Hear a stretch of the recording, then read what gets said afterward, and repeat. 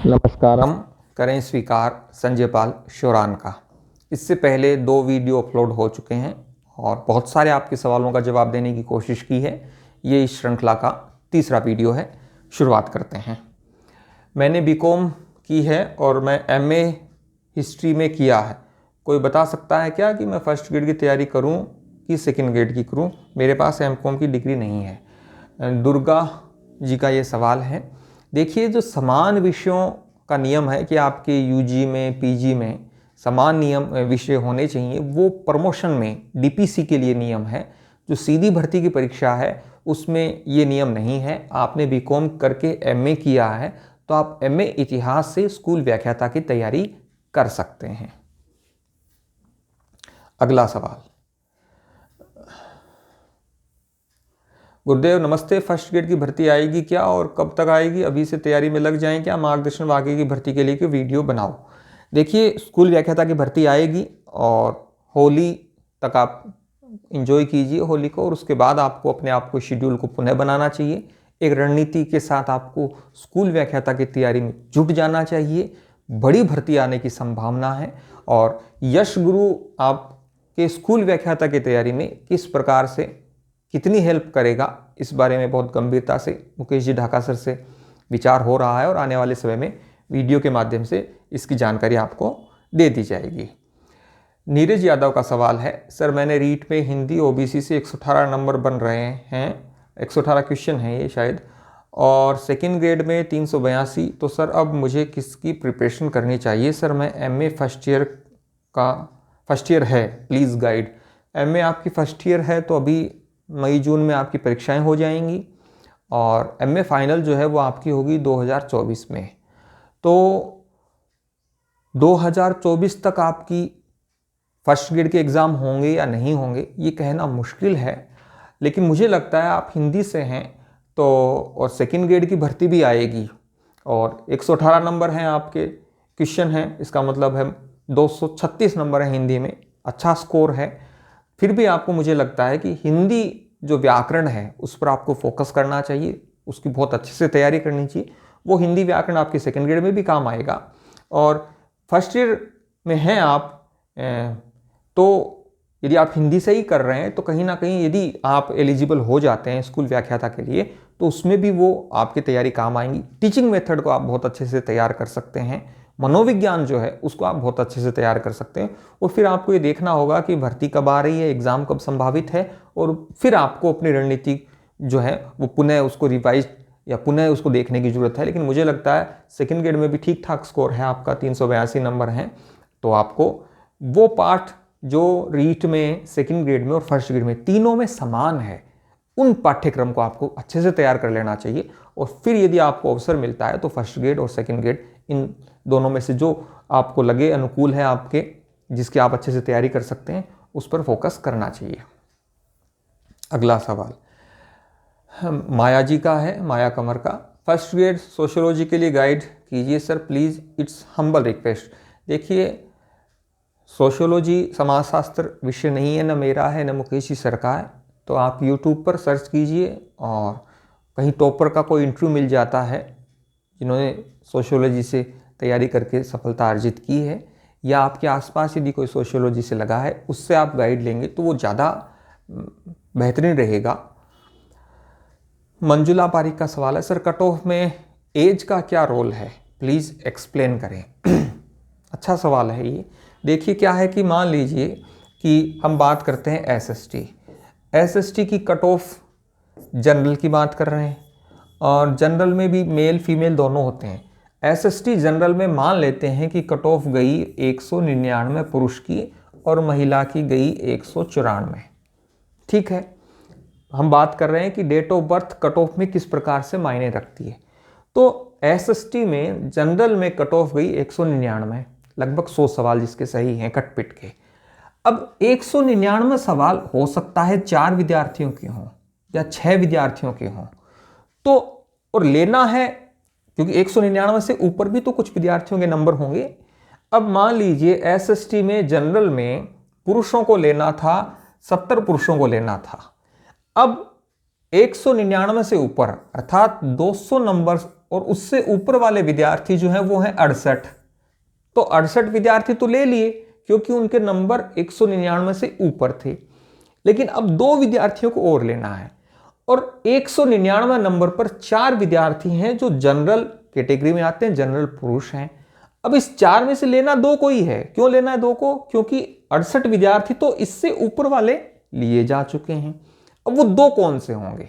यहां date of birth, DOB हम जिसको कहते हैं, उसकी भूमिका आ जाती है। अब इन 4 में से उन 2 विद्यार्थियों को लिया जाएगा जो उम्र में, जिनकी एज जो है वो ज्यादा है। एज ज्यादा किसकी होगी? जिसका जन्म पहले हुआ है। तो इन 4 में से उन 2 विद्यार्थियों को लिया जाएगा। चारों की डेट ऑफ बर्थ देखी जाएगी कि साहब इस व्यक्ति की डेट ऑफ बर्थ ये, इसकी ये, इसकी ये। मान लीजिए किसी की डेट ऑफ बर्थ है 89, किसी की डेट ऑफ बर्थ है 90, किसी की डेट ऑफ बर्थ है 87 और किसी की डेट ऑफ बर्थ है 93। महीना और तारीख भी है, मैंने केवल साल लिया है। तो 2 कौन से विद्यार्थी लिए जाएंगे? 89 वाले, 87 वाले। अब मान लीजिए किसी की डेट ऑफ बर्थ भी सेम है, तब कुछ अन्य रूल हैं जिसके माध्यम से विद्यार्थियों को लिया जाता है, लेकिन सामान्यतया जो है डेट ऑफ बर्थ से तय हो जाता है। मुझे लगता है आपको समझा पाया हूं मैं। चंद्र प्रकाश का सवाल है, रीट ले डूबी सर, सरल होते हुए माइनस ज़्यादा हो गए। 2010 बीएड धारी, साल भर से खूब तैयारी, हिंदी से 131 अटेंड किए, 20 गलत, ये बात भी है। 4 प्रश्न डाउटफुल भी हैं। REET score 105, first grade 260, second grade 358, second grade Sanskrit विभाग 360, लेकिन रीट तो हाथ से गई, 105 के आसपास कमी है। कैटेगरी SC है। सेवरिया जेतारण पाली के ये विद्यार्थी हैं, पाली से इन्होंने सवाल किया है चंद्र प्रकाश जी का। देखिए आपने स्कूल व्याख्याता की भी परीक्षा दी, सेकंड ग्रेड की भी दी है, रीट भी दी है, हिंदी से हैं। देखिए कहीं ना कहीं आपको ये समझना होगा कि कौन से ऐसे पड़ाव थे जहाँ पर आप कमज़ोर हुए। रिवीजन के स्तर पर हुए, पुस्तकों के सिलेक्शन पर हुए, पढ़ने के तरीके पर हुए, मानसिक दशा जिसको एक मैच्योरिटी कहते हैं ना परीक्षा को लेकर, उस पर हुए। कहाँ पर आपसे चूक हुई इसको देखना होगा। लिखिए, मैंने पिछले वीडियो में भी ये कहा था कि आपके सामने जो भी समस्याएं हैं, जो भी परिस्थितियां हैं, उनको कॉपी में लिखिए, जिससे कि आप समझ पाएं कि आप कहाँ गलती कर रहे हैं, किस प्रकार से गलती कर रहे हैं, और अब वो आप गलती नहीं करें। इसको करिए। और देखिए साहब, संग्राम में विजय पानी है तो मैदान में पुनः उतरना पड़ेगा, हिम्मत और हौसला जुटाना पड़ेगा, और अपनी कहाँ कमी रह रही है उसको देखना होगा और उस कमी को सुधारना होगा। और एक और बात जो है ना, रीट ले डूबी सर, देखो बहुत सारे विद्यार्थी इस प्रकार के शब्दों का उपयोग करते हैं। मैं इस बात को लेकर थोड़ा अलग विचार रखता हूँ। रीट 46,000 विद्यार्थियों के सपनों को भी सच करेगी। हाँ, ये दुर्भाग्यपूर्ण है कि उस 46,000 में आप नहीं हैं। रीट तो 46,000 पदों पर विद्यार्थियों को नौकरी देगी, शिक्षक बनाएगी। आप उस 46,000 में नहीं आ पाए, क्या कारण रहे उनको खोजिए, उस पर गौर करिए। कोई भी परीक्षा किसी को लेकर नहीं डूबती है। परीक्षा तो होती इसीलिए है कि आपको उसके माध्यम से नौकरी मिले, लेकिन क्या है कि हमारे आसपास नकारात्मकता इतनी ज़्यादा है कि आप इस प्रकार के शब्दों को बड़े धड़ल्ले से उपयोग करते हैं। इसके बजाय आप ये देखिए ना कि रीट में आप रीट को पार नहीं कर पाए, इसलिए मेरे स्तर पर क्या कमी रही, उस पर फोकस कीजिए ना। रीट ले डूबी, रीट थोड़ी लेके डूबी है, वो तो 46,000 को नौकरी देगी। तो प्लीज़ थोड़ा सा अपनी समझ को थोड़ा बदलिए। फर्स्ट ग्रेड में मैंने आपके ऐप से फर्स्ट पेपर की तैयारी की, 75 से 54 क्वेश्चन सही हो रहे हैं, जिसका संपूर्ण सहयोग यश गुरु ऐप है। देखिए, स्कूल व्याख्याता के लिए भी हमने बहुत ईमानदारी से टेस्ट सीरीज चलाई थी। सेकंड ग्रेड में नोट्स और टेस्ट सीरीज उपलब्ध करवाए। रीट मुख्य परीक्षा के लिए संभव टेस्ट सीरीज थी, जिसमें लगभग 67-68 टेस्ट पेपर हमने उपलब्ध करवाए और बहुत न्यूनतम सहयोग राशि में। और NCERT टेस्ट सीरीज चलाई। हमने अपनी तरफ से बेहतरीन करने की कोशिश की। हम खुद इस बात पर गौर कर रहे हैं कि हमसे भी कहीं कोई कमी रही है, तो हम आने वाले समय में जो विद्यार्थियों के लिए कोर्स उपलब्ध करवाएं उसमें वो कमियां नहीं रहें। जो मैं बात आपको कह रहा हूं ना कि कॉपी पेन लिखिए, अपनी कमियों को लिखिए, वो काम हम खुद कर रहे हैं। हमने किया है कि हम कहाँ पर विद्यार्थियों को और सहयोग कर सकते थे, और अब स्कूल व्याख्याता के लिए हम क्या कर सकते हैं, हम फोकस इस पे कर रहे हैं। ठीक है, तो स्कूल व्याख्याता के लिए बहुत गंभीरता से विचार कर रहे हैं। हो सकता है आपके इस नंबरों को देखकर लगता है कि 108 नंबर स्कूल व्याख्याता के जीके पेपर में कम स्कोर नहीं होता, बहुत अच्छा स्कोर होता है। सर आपके बताए अनुसार तैयारी की मैंने, हिंदी ओबीसी फीमेल 234 नंबर बन रहे हैं, चांस है क्या? देखिए 117 क्वेश्चन कट-पिट के आपके सही हो रहे हैं और ओबीसी महिला कैटेगरी में है आप, अच्छा स्कोर है। और देखिए चांस और उम्मीद तो व्यक्ति को रखनी चाहिए, लेकिन उम्मीद के साथ साथ हमें ये भी गौर करना चाहिए कि अब हम आगे के लिए क्या करें। इसमें आपका सिलेक्शन हो जाए या मान लीजिए एक सेकंड के लिए नहीं भी होता है, तो अब आपको आगे की तैयारी पर फोकस करना चाहिए। एसएसटी में राजस्थान जीके में 80% एप से हैं। एसएसटी में हमने इतिहास, भूगोल, राजनीति विज्ञान और अर्थशास्त्र की टेस्ट सीरीज चलाई। एनसीईआरटी बेस्ड थी। कुछ विद्यार्थियों को लगता है कि एनसीईआरटी से सवाल नहीं आए। बेसिकली क्या है कि आपने एनसीईआरटी किताबों को शायद उतना गहराई से नहीं पढ़ा। मेरा अनुमान है 80% है या नहीं है वो एक अलग बात है, लेकिन राजस्थान जीके में इन्होंने बताया है, राजस्थान जीके में भी बहुत सारे सवाल संभव, अमृत और अभ्यास, ये जो हमारी टेस्ट सीरीज है वहाँ से आए हैं। कितने आए हैं ये हमने गणना नहीं की। और एनसीईआरटी में हमने बहुत ईमानदारी से मेहनत की है। हाँ, सवालों को थोड़ा घुमाया गया, कुछ सवालों को तथ्यात्मक पूछा गया, फिर भी यदि आपने गंभीरता से तैयारी की है वो आपके काम आएगी। नमस्कार ढाका शौरान सर, आपने जो अध्ययन सामग्री मुहैया करवाई वास्तव में काबिल तारीफ है। जिन्होंने तल्लीनता के साथ अध्ययन किया उनको सहायता मिली है। देखिए बहुत बड़ी बात है, महत्वपूर्ण बात है कि आप किसी सामग्री को जब तक 5 बार 7 बार नहीं पढ़ते हैं, परीक्षा में उसी सामग्री से सवाल पूछे जाते हैं। आपने लगता है कि यार इस सामग्री से तो कुछ आया ही नहीं, क्योंकि आपने उसको 1 बार या 2 बार पढ़ा है, उसको याद नहीं किया, उसे समझा नहीं। और हम अपनी तरफ से, जैसे एक विद्यार्थी के रूप में आप हो, आप ये थोड़ी है कि जितनी तैयारी हो सकती है उतने करते नहीं हैं। आप अपनी तरफ से बेहतरीन तैयारी करने की कोशिश करते हैं। और एक शिक्षक होने के नाते यश गुरु के माध्यम से मैं और ढाका सर भी ये प्रयास करते हैं कि अपनी ओर से बेहतरीन आपके लिए अध्ययन सामग्री जो है वो उपलब्ध करवाएं। कुछ कमियां हो सकता है हमसे भी रह जाएं, हम उनको राइट डाउन करते हैं, देखते हैं और आने वाले समय में उन कमियों को सुधारते हुए आपके लिए नई अध्ययन सामग्री उपलब्ध करवाते हैं। एक शिक्षक होने के नाते भी ये करना जरूरी है और एक विद्यार्थी होने के नाते आपको भी अपनी कमियों को समझकर उन कमियों में जो कमियां रह गई हैं उनको राइट डाउन करके उनको सुधारना होगा। अगला मैसेज है, कोई पॉलिटिकल से फर्स्ट ग्रेड की तैयारी करे तो प्लीज़ बुक टीचर बताएं कौन अच्छा पढ़ाते हैं पॉलिटिकल में। देखिए लक्ष्मी जाट जी का ये सवाल है, जो स्कूल व्याख्याता की तैयारी कर रहे हैं किसी भी विषय से, उन सब के लिए ये महत्वपूर्ण है कि एनसीईआरटी कक्षा 6 से लेकर 12 तक की पुस्तकों को बहुत अच्छे से पढ़ें, पुराने प्रश्न पत्रों को पढ़ें। पुराने प्रश्न पत्र जो आरपीएससी के हैं वो बहुत मायने रखते हैं, आपकी तैयारी की दशा और दिशा को तय करते हैं। और जहाँ तक बात है कि टीचर कौन से हैं, यूट्यूब पे सर्च कीजिए, बहुत सारे शिक्षक मिल जाएंगे।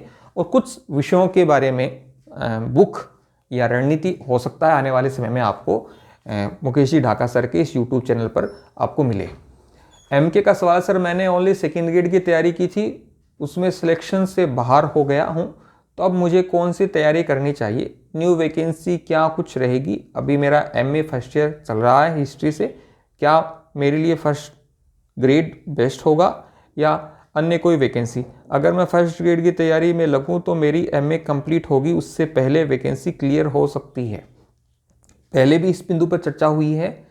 आपकी अभी फर्स्ट ईयर है, फर्स्ट ईयर के एग्ज़ाम हो जाएंगे, अभी मई जून में आपके रिजल्ट भी आ जाएगा, जून जुलाई तक।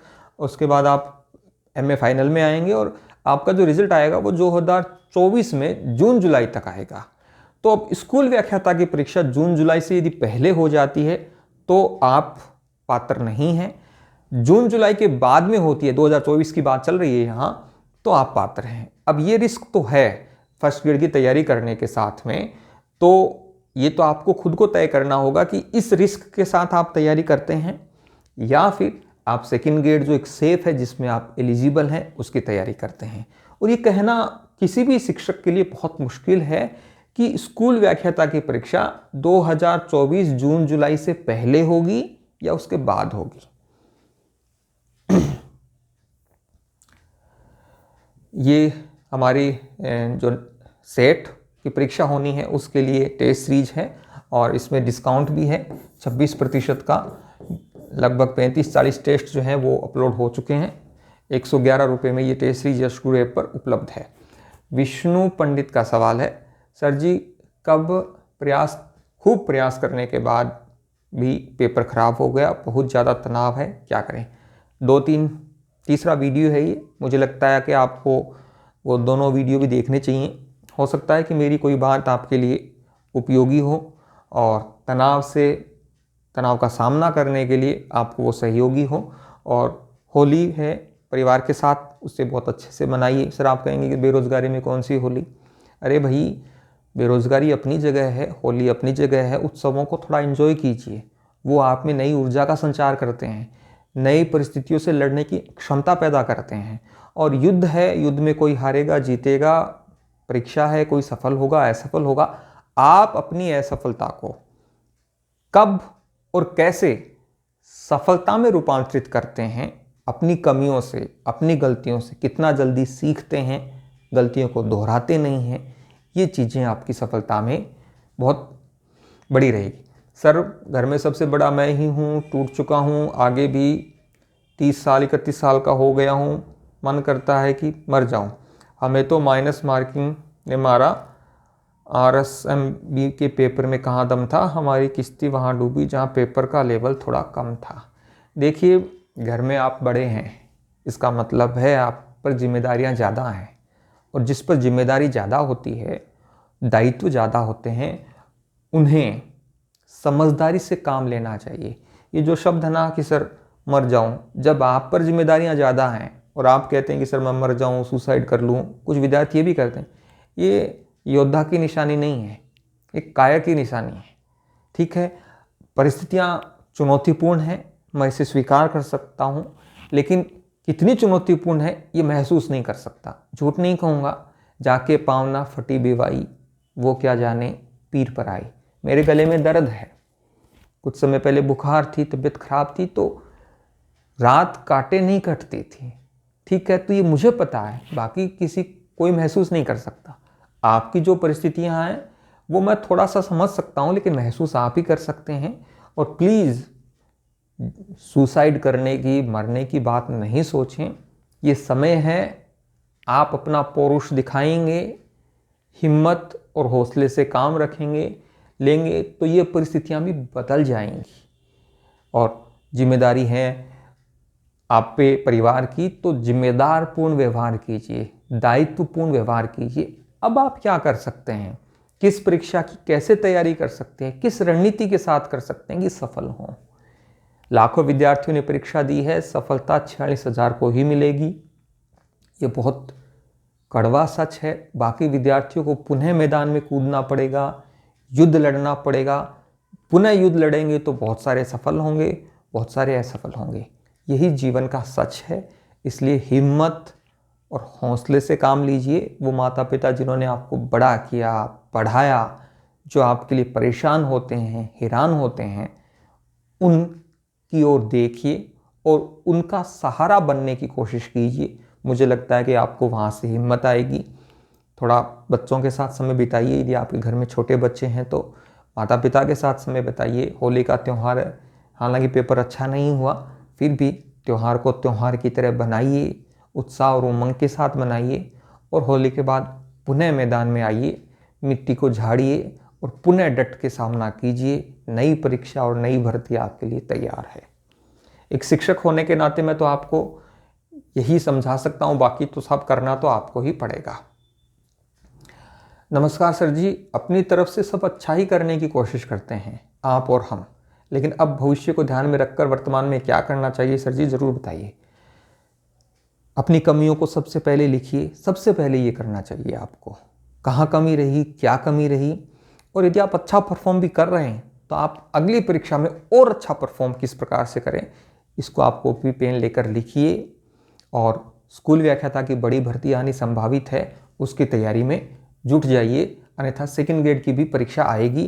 तैयारी को कंटिन्यू रखिए, रीट एसएसटी के पेपर को देखकर ऐसा लगता है कि रीट का सिलेबस एजुकेशन डिपार्टमेंट ने बनाया था, बट क्वेश्चन पेपर उस सिलेबस के अकॉर्डिंग नहीं बनाया। कहीं ना कहीं एग्ज़ाम पैटर्न को लेकर विद्यार्थियों की शिकायत वाजिब है। कुछ पार्ट बहुत सरल पूछ लिया गया, कुछ बहुत कठिन पूछ लिया गया। एग्ज़ाम पैटर्न का जो था वो भी कहीं ना कहीं फॉलो नहीं हुआ है। ये सब चीज़ें अपनी जगह हैं, लेकिन ये समझने वाली बात है कि ये सब विद्यार्थियों के लिए था। मैंने एक वीडियो में बताया था, जो पहला वीडियो था, कि ये बात समझनी बहुत ज़रूरी है कि परीक्षा की प्रकृति अनिश्चित है, अनएक्सपेक्टेड है। उस अनएक्सपेक्टेड परीक्षा की परिस्थिति से आप एग्ज़ाम हॉल में किस प्रकार से तालमेल बिठाते हैं, ये भी कहीं ना कहीं आपकी सफलता में भूमिका रखता है।